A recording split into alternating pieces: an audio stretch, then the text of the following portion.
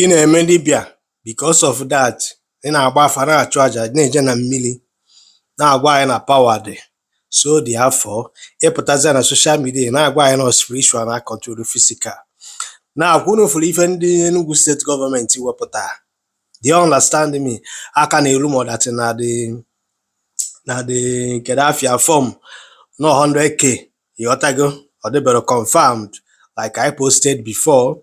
But he was na video market, he got for the certificate of every native doctor Mahabaris meze nwanyị. Na ọ bụ na ịgbala the certificate, na enwere ike fine gị 1 million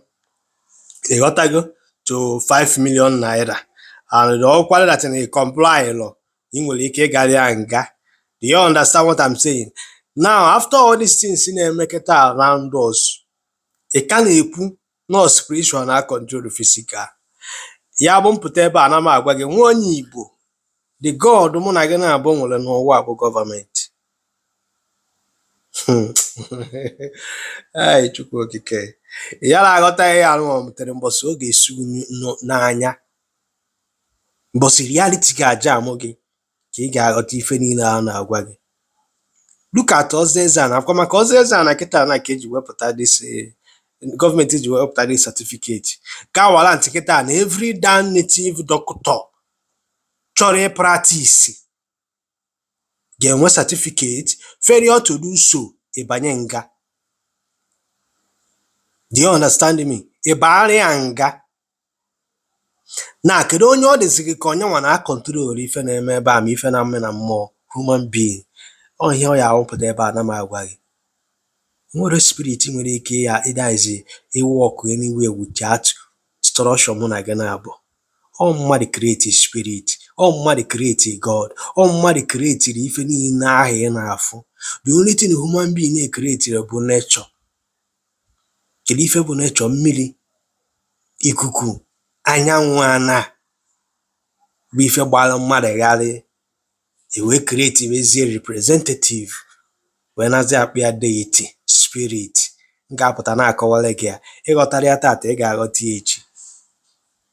Ya apụta m ebe a gwa gị that na gọọmenti power supersede the power of ya so called ndị mmiri maọbụ God ị na-akpa afa unseen spirit or imaginary spirit so gị na-akpa afa.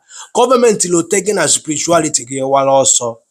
Ebe ka akwa ọkụkọ nọ today? Agbara niile ọ na-enye nna ikere ebe fa nọ ekeghị iti nkọ, onye eze Jizọs nkọ, and so many other native doctor jigoro because of government policy wee vacate here from Anambra State. Etu ọkwa kịta akafa ga-esi wee gba ọsọ n'Enugu steeti. Ndị a bụ ndị alụrụmana. Ndị Igbo si na ọ ya agbawụ na agbara ụzọ were mgba na ọ dị echinata. Na akwa ị na-afụ kịta na certificate ịpụtalụ na social media na-akọgheri na spiritual na control physical. Onye gwara gị ya? Ịmakwa na ewezuga mmadụ na spirit gị ama na-eme exist. Agbara niile ị na-afụ n'ala Igbo today was created by human being. Nwere agbara nọ n'ala Igbo today created mmadụ. Ọ mmadụ created any deity, be it central or personal deity ị na-afụ n'ala Igbo today na human being created. Gwa ya ife ọ ga na-alụ. Ya nwụpụtakwala mara ife ego n'okwu afọ ndị Igbo kwuru ike nga adịrị ile awa ya nkụ. Na alụsịwaba anyị egosi osisi ezi wee tụ ya na ọ ya awa agbaka aka wee gbuo nwaada na ọ da awara n'afa.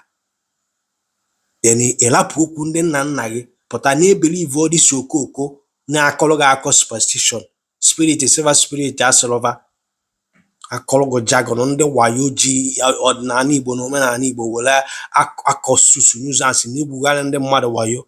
Ndị nna nna gị ehubere arụsị ka e wee na-ekechikara ya ntị ị na-anata mmadụ ifie n'ike maọbụ iji aghọ wee nara mmadụ ife obtaining by false pretense ọ ife ndị nna nna gị ji wee debede iti. Then mpụta na-akọwara gị ya ị na-eje agbagharị afa ndị oshi na ndị ama juru ala Igbo today na-akpọ onwefa dibịa. Onwe ifefa na-alụ, onwe ifefa na-akọ.